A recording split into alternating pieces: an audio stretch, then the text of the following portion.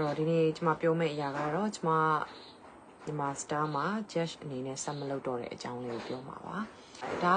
ကမြန်မာ star ကနေမလုပ်တော့လို့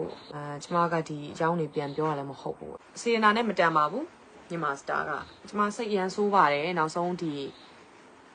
မြကြီးနားကပြိုင်ပွဲဝင်နဲ့ပတ်သက်ပြီးတော့တင်လိုက်တဲ့ဗီဒီယိုပေါ့နော်မြန်မာ star ကိုတောင်းပန်နေတဲ့ဂျားတွေကနေအဲ့လိုဗီဒီယိုကိုအထင်လွဲအောင်လို့ထပ်ပြီး edit ပြီးတင်တာကြီးအရန်ရုပ်ပေါက်လုံးနဲ့ညီမ star founder ကိုကြီးကျမမုန်းတော့မုန်းပါဘူးရှင်လို့ဒါပေမဲ့အကိုလိုချင်တဲ့ attention ကျမအခုလဲ live လွှင့်ပြီးပေးလိုက်ပြီเนาะဒါပေမဲ့ကောင်းတဲ့ attention တော့မဟုတ်ဘူးအကိုတို့ပြိုင်ပွဲပဲထိခိုက်တာအကိုမြန်မာ star ကို quality မြင့်ကျင်တယ် level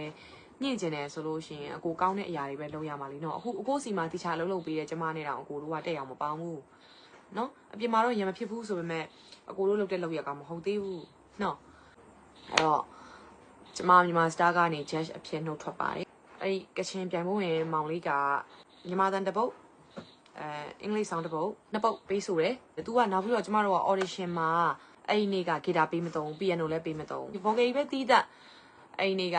ပြိုင်ရတာအကုန်လုံးအဲ့တော့ तू ကစလာပြိုင်ကြတဲ့က piano နဲ့တောင်းဆိုတာမဟုတ်ဘူးတခြားပြိုင်ဝင်နေလဲပေးမပြိုင်တဲ့အတွက်မောင်လေးလည်းအတန်မဲ့အရင်စစ်လိုက်ပါဆိုတော့သူ့ရဲ့ vibration လောက်တာတွေကတကယ်မလှဘူးပြောတာဒါကိုလက်ခံရမယ် just တယောက်အနေနဲ့ကိုအောင်ကိုကစပြောတယ်မလှဘူးအတန်လောက်တာမလှဘူးလို့ပြောနေတာကိုသူကလုံးဝလက်မခံဘူးဒါကျွန်တော်လှအောင်လုပ်တယ်ပြဆိုအဲ့အချိန်မှာနှစ်ယောက်စလုံးကြောင်သွားပြီဟဲ့အကိုဘယ်လိုလုပ်ကြမလဲကျမတို့ပြဿနာဖြစ်ပြီးထင်တယ်အကိုကလည်း waiting list ထားတာဒါဖြုတ်တာမဟုတ်သေးဘူးလေပြောသူက waiting list မှာသူကမနေချင်ဘူးအဲ့တော့အင်္ဂလိပ်သချင်းဆိုမယ်အော် okay ဟုတ်ပြီဆိုအင်္ဂလိပ်ချင်းမှလည်းထုံနည်းတူပဲအကယ်၍သာကျမတို့တင်လိုက်ရင်လည်းဆဲကြမှာလीမတင်ပြန်တော့လည်းအခုမတင်ဘူးဖြစ်ပြန်အောင်ဗီဒီယိုကလည်းကျမတို့မဆဲဆဲအောင်လုပ်ထားတာအောင်နော်တခါတည်းမြန်မာ star ကလည်းကျမတောင်းဆိုထားတာအကိုတက်တယ်များ judge တွေကိုကာကွယ်ပေးနော်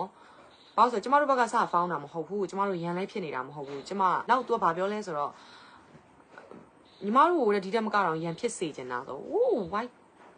သူတို့လိုချင်တာဒီ attention တစ်ခုလေလားနောက်နေ့ season 4ပြိုင်မဲ့လူတွေကြည့်ပြိုင်နော်